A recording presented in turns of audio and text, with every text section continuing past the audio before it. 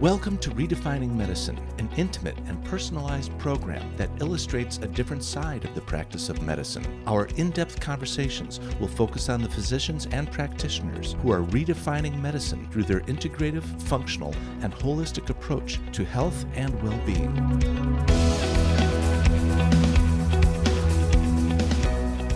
Our special guest today is Mark Garofoli, a doctor of pharmacy and clinical associate professor at West Virginia University School of Pharmacy.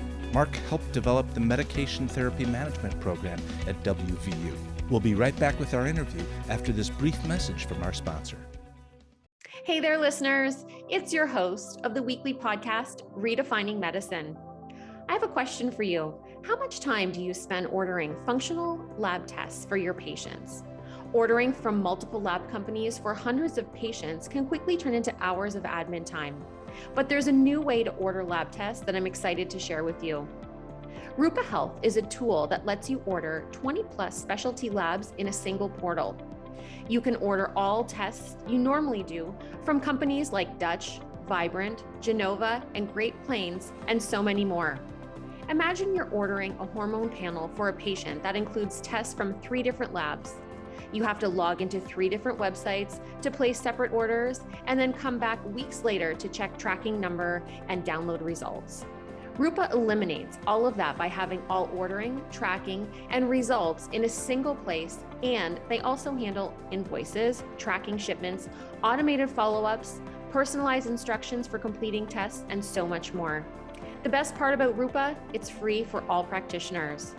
Go to rupahealth.com, that's RUPA health.com, to join a live demo or sign up to see how it works. Now let's get back to today's show. We are so pleased to welcome Dr. Mark Garofoli today to the A4M podcast. He is a clinical assistant professor and director of experimental learning for the West Virginia University School of Pharmacy, as well as a clinical pain management pharmacist at WVU Medicine Center for Integrative Pain Management.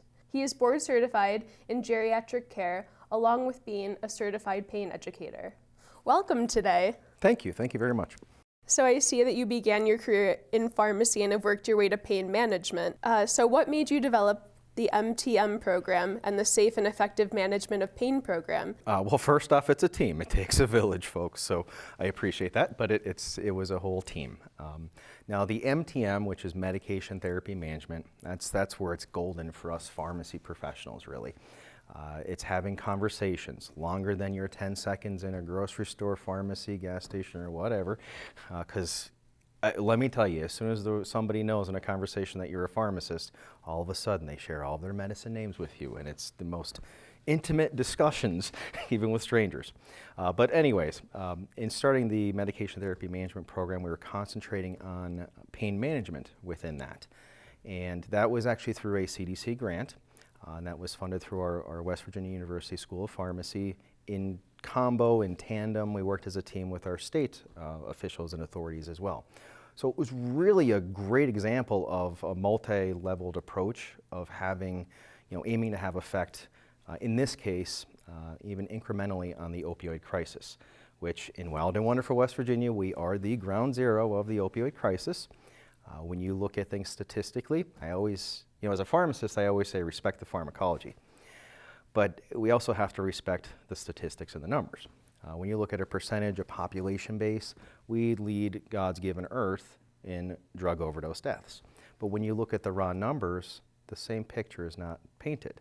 And when you're dealing with legal and illegal medications or drugs, that gets convoluted. So, in tandem with all those folks that I mentioned, we started up this program where we were literally calling our West Virginia residents and just reviewing all their medicines. One thing I always like to mention that was pretty darn important to us was that no one would ever know that this was revolving around pain management. We helped the whole patient, every patient, all the time. If they had something in for diabetes care, guess what we talked about? Diabetes care. And then maybe eventually get into the pain management side, because you've got to take care of what the person wants before you could even try and help them in the way that you aim to. Well, lo and behold, that program was skyrocketing, but in tandem with a public health agency like the CDC, they wanted a broader scope, which was completely understandable. Not one patient at a time, but public health, a population at a time. So we meshed that whole program into a managed care situation where we were working with our state insurance companies to provide reviews, working with prescribers, doctors, nurse practitioners, and so on and so forth, to provide reviews of patient case scenarios. Now, a lot of people would be thinking, ooh, you were working with limits, and oh, you're one of those guys. No. We worked with thresholds. When people met certain metrics and thresholds when it came to high-risk pain management situations, we came in to help out along the way. It was a threshold. There was never any limits or anything like that.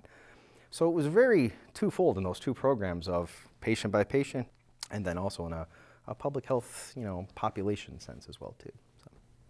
Wow, so many steps. Yeah. And how long did that all take? Oh, 3 days, right? No.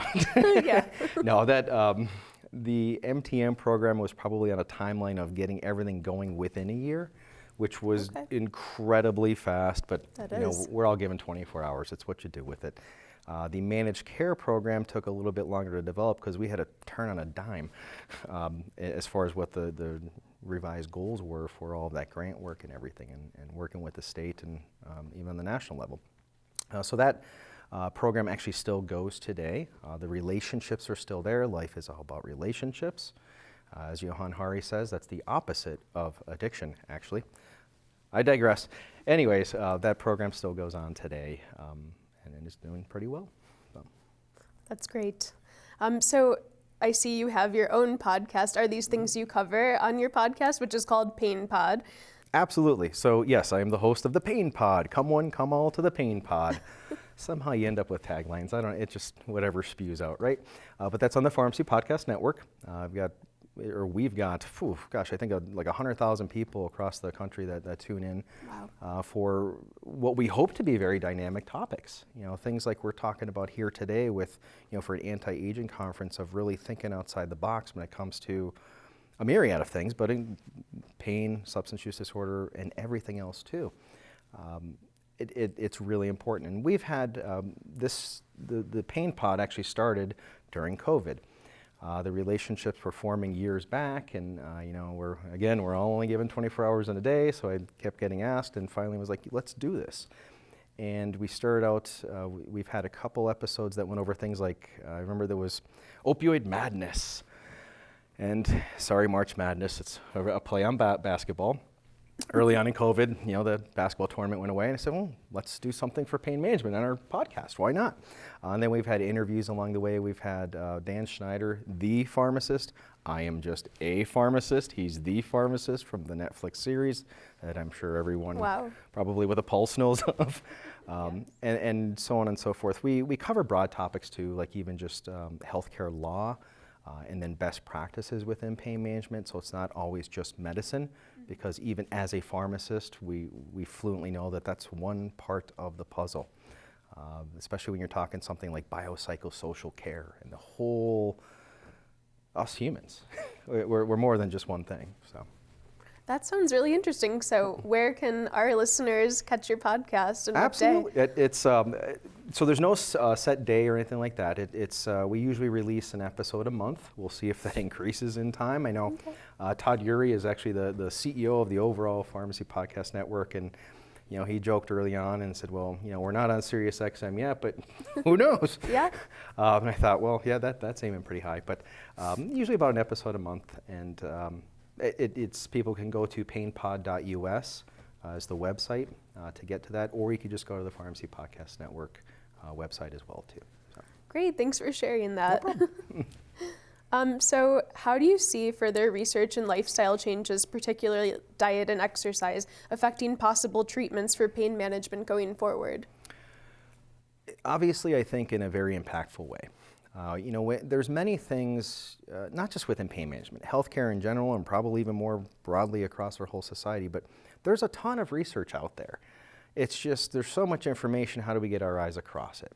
And when, even as a pharmacist, I think decades ago, there was a sensationalized stereotype stigma of, oh, that's the lady or gentleman who will say, here's one pill, which will make you need 3 and 5 and 7. And which was never really the case, but now we're really more recognized as saying the polypharmacy, or taking multiple medicines, limiting that as much as possible. Less medicine. Use what is needed and always, always, always revise. We see that in pain management incredibly, where if one medicine doesn't work, perhaps stopping that before starting another one, or depending on what the patient scenario is. But lost in the weeds sometimes is just things like non-pharmacological, or as basic as diet and exercise.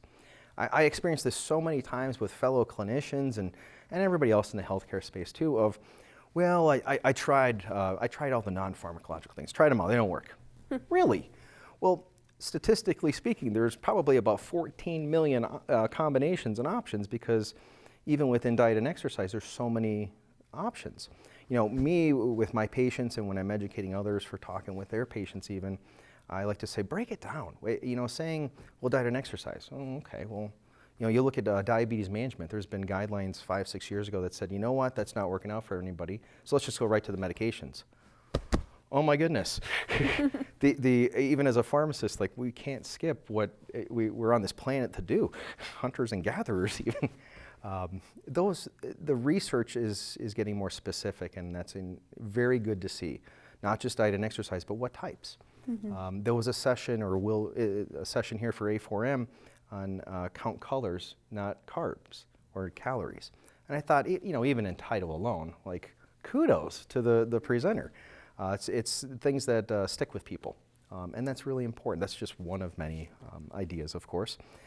But the specific types of exercise, whether things are active or passive care, if somebody says, hey doc, please take care of me, well, saying, well, I think you should try some Tai Chi. Well, that's them doing something. They already told me in that instance, you take care of me.